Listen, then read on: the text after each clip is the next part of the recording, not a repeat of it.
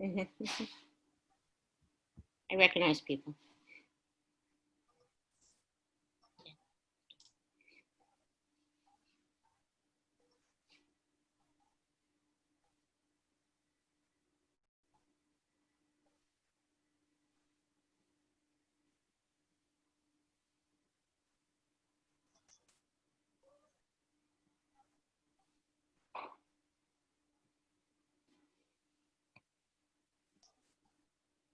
Oh. Welcome to our first ever Zoom show for Bring on the Spotlight. I am your host, Wendy Scott, coming live from Hokitika, West Coast, New Zealand. This segment of Bring on the Spotlight is being sponsored by the Carl Prescott series by author Carl Morgan. We'll learn a bit more about this later in the show. Thanks to all of you joining us from the Rave Waves Gallery. Your mics will remain muted while I chat with our guest, but I will open the floor for questions and comments throughout the show. You may also post your comments and questions in the Zoom chat box to the right of your screen. Gracing us with her presence today from Woodmere, New York, USA, is Susanne Leist, author of the vampire novel The Dead at Heart, Book 3 of the Dead Game series. Thank you for joining us today, Susanne. It is so lovely to have you on the show. Hi, good afternoon. Yeah, for you it's good morning, I guess, right? It certainly is. Oh, I see faces I recognize. Oh, lovely.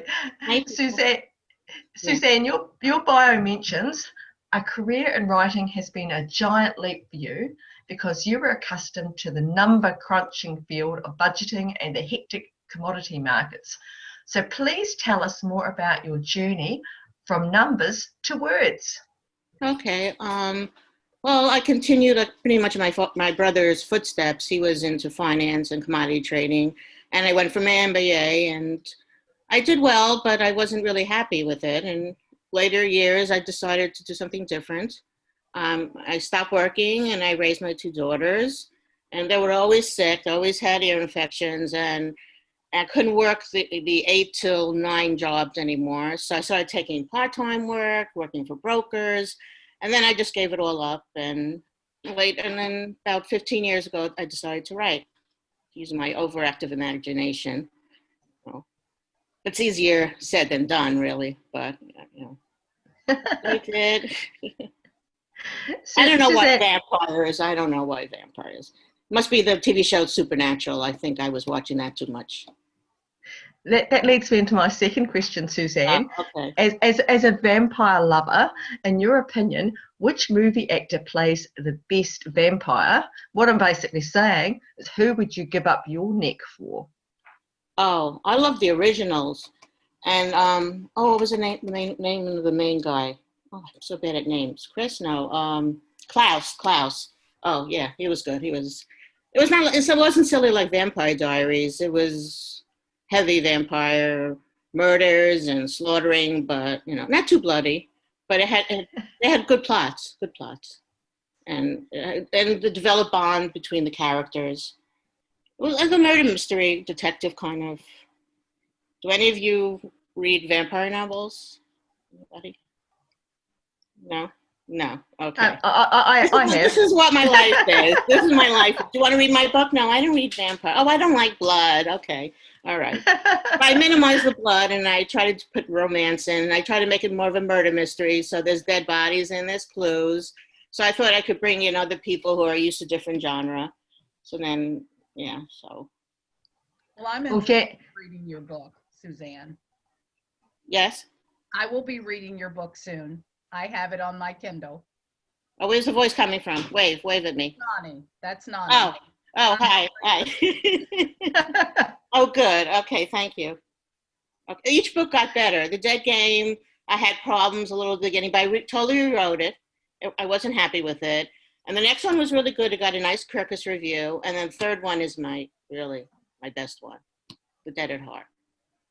Now I'm ready to continue writing. That's it. I've hit my stride 10 years later. It took 10 years to figure out how to write, pretty much. Well, there's a few others. I've got Jan Sykes in the group chat saying I read all genres.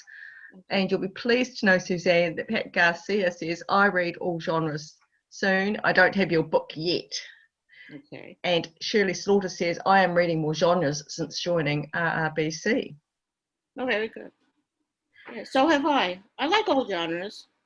I read romance, mystery, thrillers, pretty much everything. Now, fantasy, I don't like as much, which is pretty close to vampires, but I don't like dragons and fairies, I guess. But I read everything else. Even if it was a Western and some romance, I would read it. Everything. Well, there's plenty of books in the RRBC that fit those criteria. Right. So as an avid reader from a young age, did you have a favourite library that you'd like to visit? The library by my house, right by my house.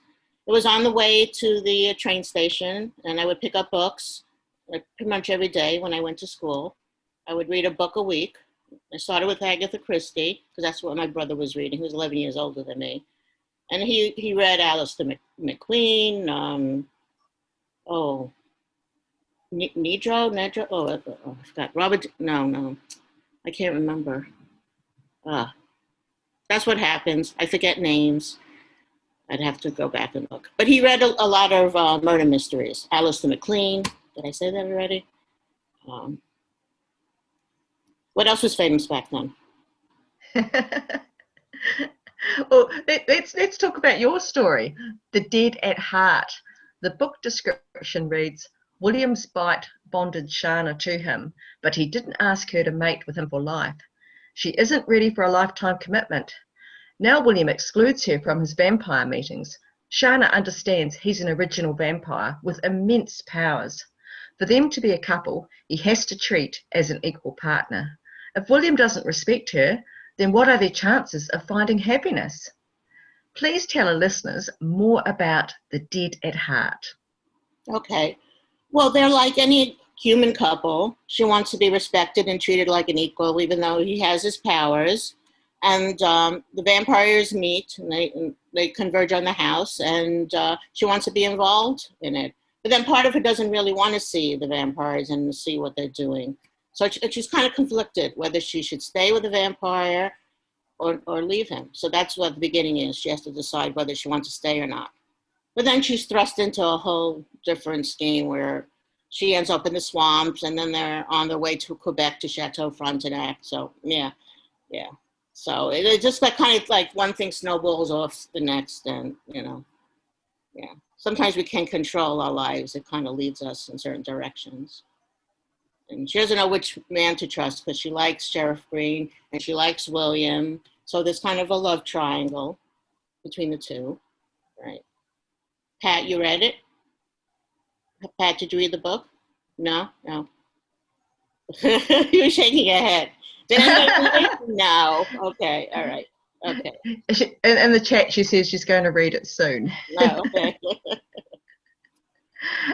Okay. And Karen Black also says she reads most genres, as does Maura Beth. Linnea Tanner says, I read more genres and I'm interested in some of the historical perspectives of where the concept of the vampires began. Oh, okay. Well, I don't really I go into the history a little bit because my second book, one of the vampires is a descendant of Dracula. I don't want to go into Dracula and all that, but he's a hybrid. He's a human vampire. And that's where the whole thing started with the human vampires. And eventually they could walk in the light. It has to do with the DNA. So it was a little scientific in the last book. I try to bring in history a little bit, but I don't want to overload too much. I kind of introduce it, in the background. There's some time travel in the first book, the time travel continuum, but that was interesting. I find myself Googling a lot and researching, and, I also want to know how each place they go to. Well, I've been to Quebec, so I know what it looks like, but I have to know what grows there and how the weather is, and, Now, my next book I'm writing about Maine. I never been there, so but I'm watching TV show Haven, so that got me into it. So that's what happens to me. I watch something, I read a book, and I say, okay, Well, Brad Meltzer was the first one that got me to write a book. I said, I want to write a book like Brad Meltzer. So he's like my favorite author. I even spoken to him on Facebook. He's very nice. Oh, I'm not allowed to say authors. Sorry. how, you mentioned you went to Quebec. How long did you spend researching your story there? Oh, I didn't research my story. I was there maybe 20 years ago on a vacation. And I remember it. I remember everything. I remember the hotel. And I remember the town that goes down with the elevator and the cables and the boardwalk. No, it's like in my mind. And then I looked up pictures online and refreshed my memory. But I love Quebec. I love the French atmosphere and Do you cobblestone. speak French? Do No, you speak French, Susanne? no. But I seem to have, my name is spelled in the French way, Susanne with an S, my mother, And my dog, Noose, his name is French, but Teddy Bear. We were in Quebec that time. And well, we were in Montreal before we went to Quebec. And my daughter, she was like, I don't know, 8 at the time. We were taking a horse and buggy ride. And she said, oh, I like what's the horse's name? Nanoose. So she said to me, when we get a dog, we're calling him Nanoose. I said, sure. And she was 16. We got him. And it's like, okay, now he's Nanoose. So now every time I go somewhere, it's like, who's Nanoose? How do we spell it? The vets are like, what kind of name is that? And, so I like it. Oh, it looks like a lovely teddy bear. He's quiet. I'm just going to check out some of the comments in the chat box, and we've got from RRBC, so that's from Nonny. We've got Susanne, I love the title of your new book. It did stand out to me over the other two. I also love the cover. Good job. It's on my Kindle, waiting to be read. And then Nonny's also saying good afternoon to the rest of us. And Pat Garcia has a plea for everybody when they come out with the comments, is that please don't tell the end. Which is a good comment. Right. For those of us that I love twists and turns, so you'll never, yeah, it's a surprise ending. Each one has a surprise ending, yeah. And it's not like the usual least likely, it kind of twists and untwist and retwist again. So that's what I like. Like if I can't figure out a murder mystery, like a Columbo was my favorite. I could never figure out what's going on. I mean, you knew who it was, but you just couldn't, and Murder, She Wrote. Oh, God. And that gun, what came out of the wall, and you had no idea how he shot himself and the gun went back. Oh, something like that. That's kudos to her, yeah. Nonny also says, Nonny also says that research is what makes our books great when we don't have first-hand knowledge of something. Right. Well, if I don't go that many places, I have to research the places. Like, I've never been to a swamp. But after researching and I could smell it and I felt it in my feet and through my toes, it's like after a while, and you have to know what smells and what even, like there's even flowers blooming in swamps and what kind of trees and the snapping alligators. Somehow I like swamps.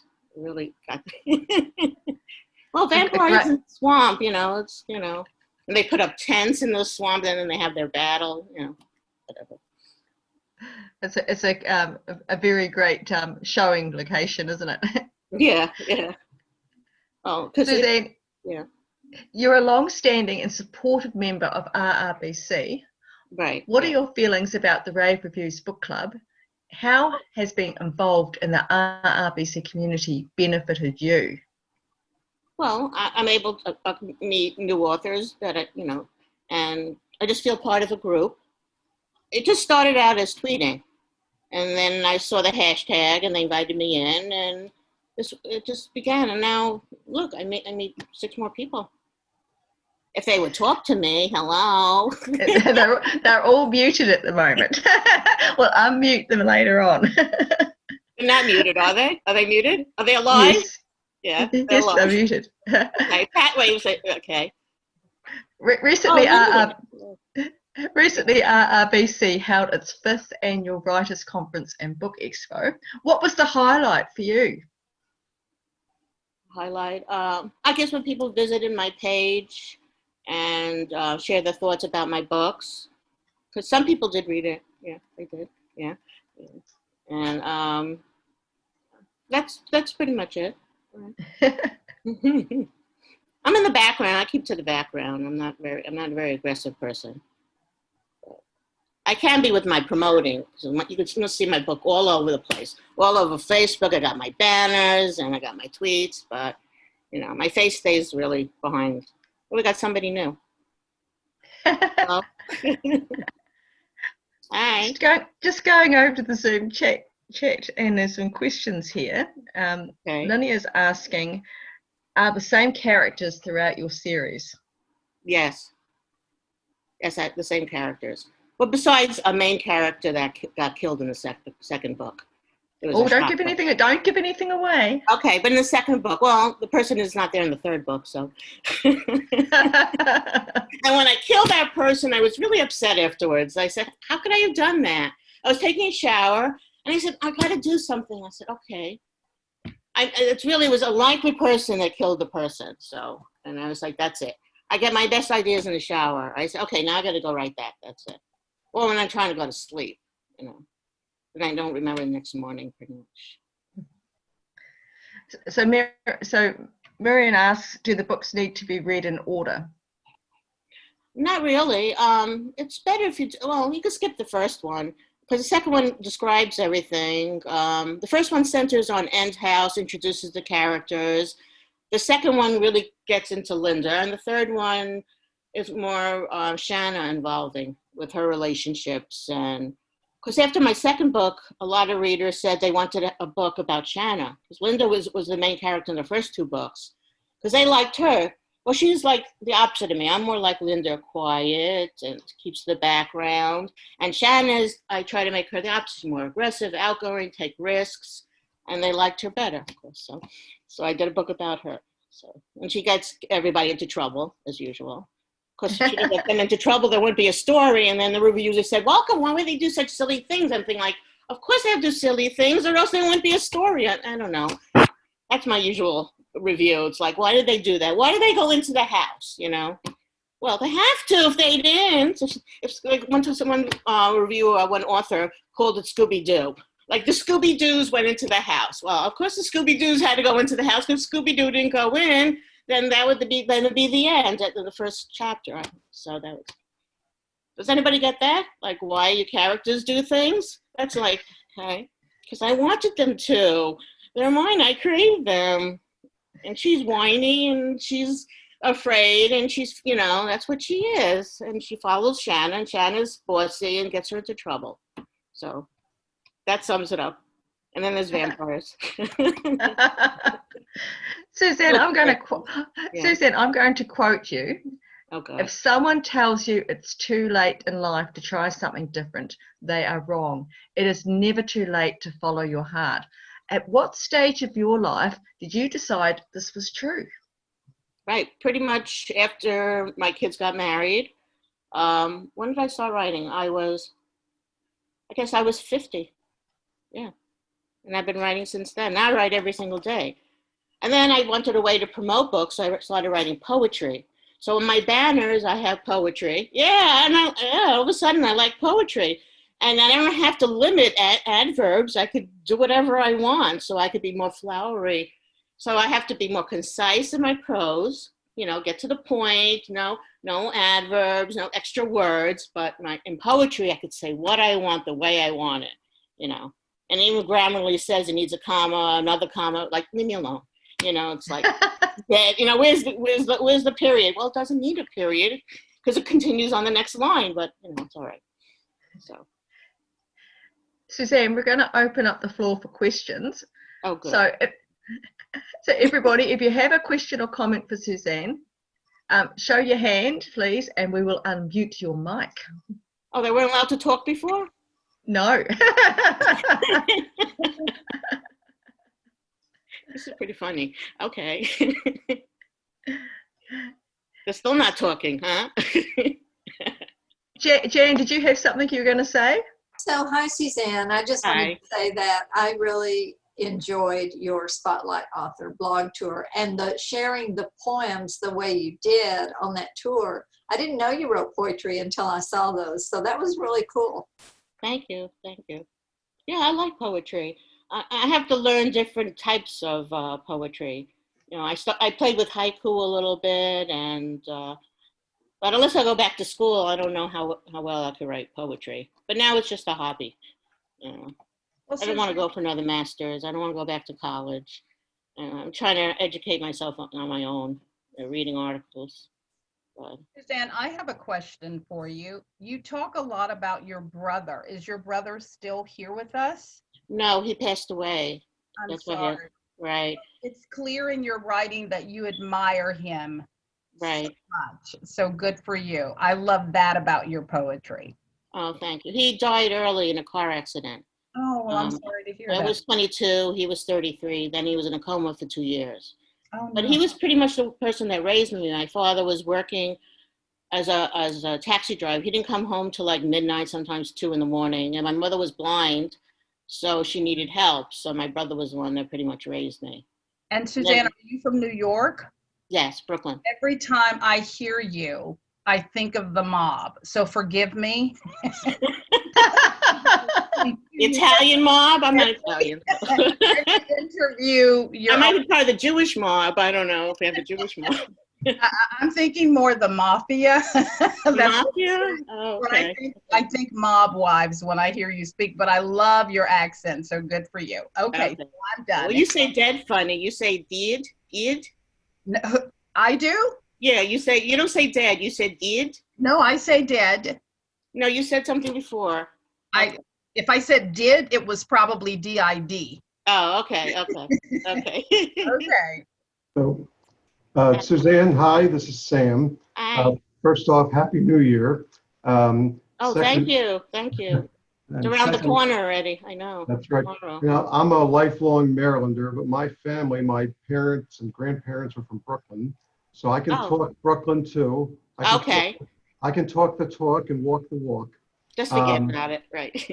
I also didn't start writing until I was in my 50s. So Oh, just like me. here's, hail to late bloomers. That's all I wanted to say. But good Right. luck with your writing and keep going. We're from Brooklyn. Oh, I don't know. They left in the 40s to come to Baltimore. So, Oh, I lived in Sheepshead Bay. It was okay. a nice Yeah. place. Good memories, good memories. Yep. Yeah. Long time Maybe I'll ago. write a book in Brooklyn, about Brooklyn. You should. Yeah. Make it about the Dodgers. Oh, okay. I was thinking Neil Diamond, Brooklyn Roads or something like that. I've been to 14 Neil Diamond concerts, so I could. Oh, I love him. Yeah. Okay. 14? Oh. 14. Yeah. Oh, did you see his video he had put out last year? His voice is shaky. He has Parkinson's or something. Yeah, I know. It's Oh. it's Yeah, that's why we got to do what we got to do when we have time, right? Before Yep. it's too late. Yeah, exactly right. right. Hi. I was just going to ask. Suzanne, I'm just over in the chat box, and Jan had mentioned I really do enjoy the poems you shared on your Spotlight author tour, Suzanne. He doesn't, or she does? She does, and Oh, Karen Black says. No. You're the one with the accent. That's it. It's going to be my accent. You're the one that says did. Oh, okay. Now I know. Okay. Yeah. Yeah, Karen Black says, I particularly like the poem about the storm. Store? About the storm. Oh, storm. Oh, okay. Oh, the rain. Oh, okay. Yeah.